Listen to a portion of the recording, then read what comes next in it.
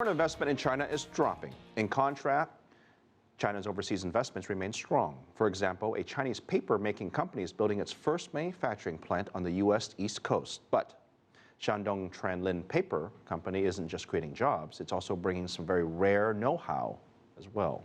Jessica Stone is here with us, of course, with more. Hi, Jess. Hi, well, I brought in some of the paper actually, and you can feel it a little bit. It just feels like regular paper, but it's not made out of trees. And that's one of the interesting things here is that this company is bringing a new type of technology to the United States. Tranlin Paper says it's a difference that they think Americans will want to buy, and they're making a $2 billion investment in the U.S. state of Virginia to bring these products to market. Here in the fertile Virginia fields, farmers grow alfalfa, soybeans, and corn. For years, Kevin Engel has been looking for a market for these leftover corn stalks and straw from his wheat harvest, too. The whole tall corn plant is still left here with nothing for it to do but decompose. Right now, Engel sells some of his straw to mushroom farmers 400 kilometers away. But what if he could sell this to make this? So when you look at the Tranlin products, probably the first thing you notice is that they're not the traditional white paper. They are straw colored. Straw in color because the paper pulp is never bleached.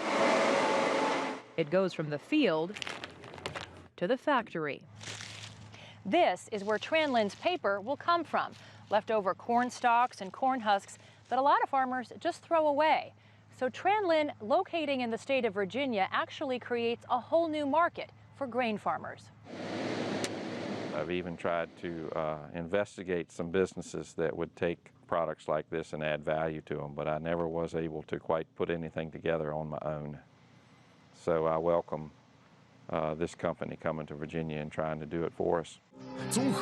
It's an idea that was born in China's Shandong province back in the 1970s. How did Shandong Tranlin come up with this concept for sustainable paper making out of something like corn stalks? Increasingly, China has fewer and fewer forests from which to draw raw materials to make paper. They're at the point now where they're importing wood pulp. So if you're a paper-making business, obviously you need to be looking at alternative fuels to put into the paper, and so straw became an obvious alternative. Tranlin's Chinese CEO, Jerry Peng, was attracted to Virginia with competitive electricity prices, a deep water port, and cash incentives to ensure its 2,000 projected jobs would locate here by 2020. The opportunity to employ those 2,000 people, give them a great job with a great company in Chesterfield County, is a great return back to the state for an investment of $5 million.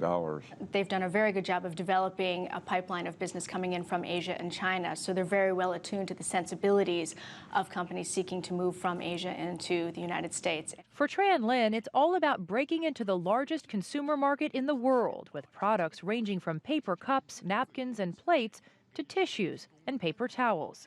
When you want to clean up those spills, this is the way to go because it absorbs a lot more than a typical wood fiber paper product would. Tranlin paper will likely cost more than regular paper products and will be targeted at environmentally conscious shoppers. The company also uses the paper-making waste to make fertilizer for farmers. Back in the cornfield, farmer Kevin Engel hopes he can become a supplier of Tranlin's, profiting off of something he'd otherwise leave behind. That's supporting us. We can support them back a little bit. I think it's a grand opportunity.